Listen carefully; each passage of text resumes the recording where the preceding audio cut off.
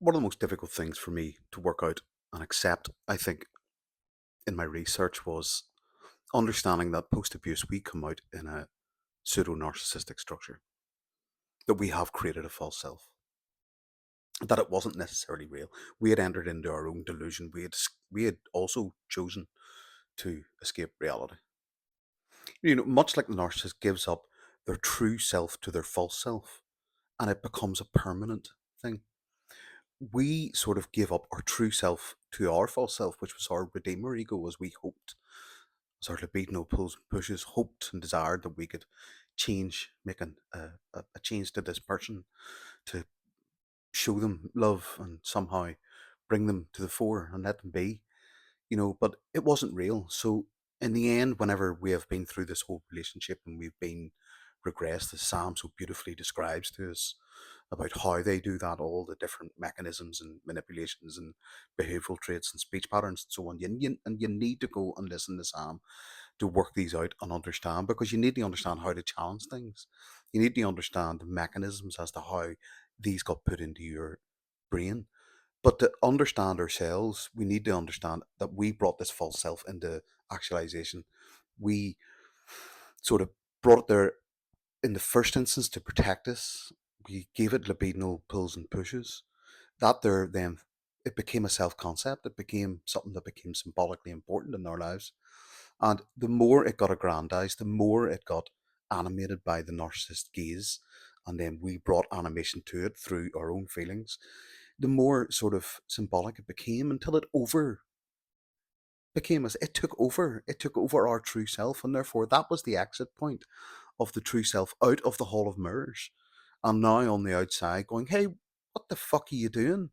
This person's not. What are you doing?" And you never listen to yourself, and all the things that got split off, and all the badness, and all the self splits that were created within that box that we hid away in the background. And this narcissistic structure that we create because we've been abandoned as a child, regressed, projectively identified upon, the gaze has been averted, we've went inwards, we've end up in an inner dialogue in our own world that we're not used to. We're not used to this. And let's bring context to this, because this is the way the narcissist lives. This is a narcissistic structure. This internal world where the interjects are taking over, and they're completely and utterly controlling how you think, feel, and perceive yourself. Your own self concept has been utterly fragmented and destroyed.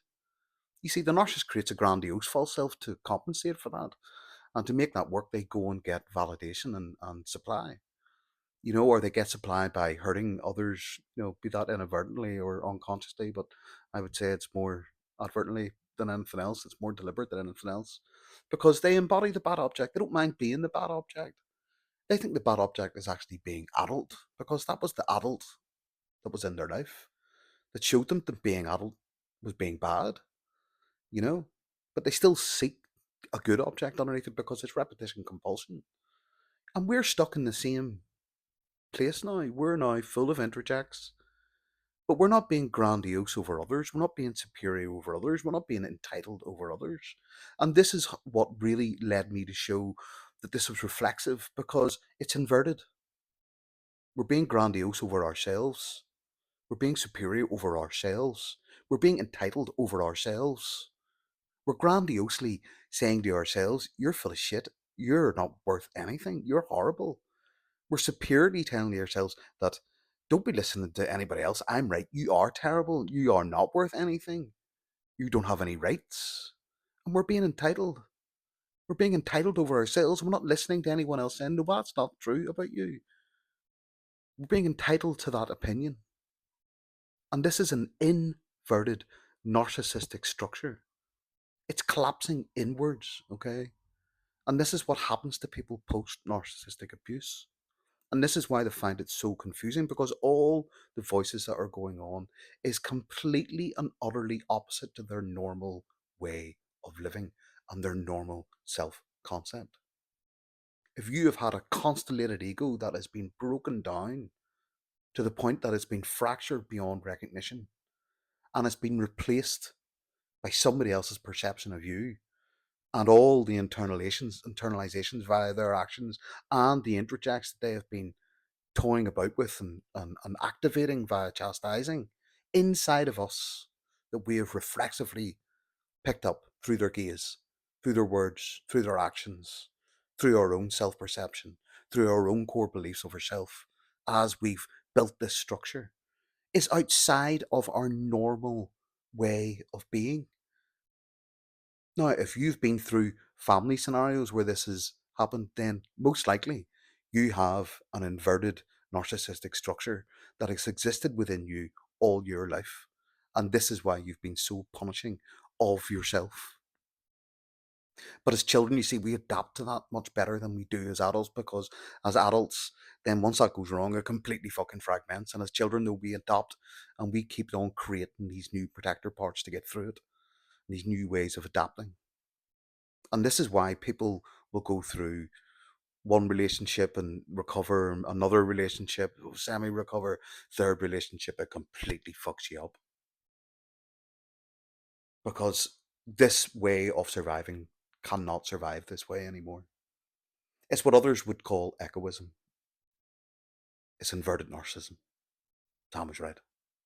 Sam was 100% right. We have created a pseudo narcissistic structure that's inverted to survive within narcissistic structures. Hence why we keep going on and finding repeating partners who offer the same sort of familiarity and safety that we once perceived as being safe, which we fucking know isn't safe. In order to come out of this, you have to collapse. There has to be a collapse. That's what I'm going to say. There has to be a collapse because you'll just keep on breezing through life unless you collapse. And it's very much so like the narcissist. And that's going to be really, really hard to hear for a lot of people. People aren't going to like that. They're going to go, "Oh, well." I'm not saying that anybody's a narcissist.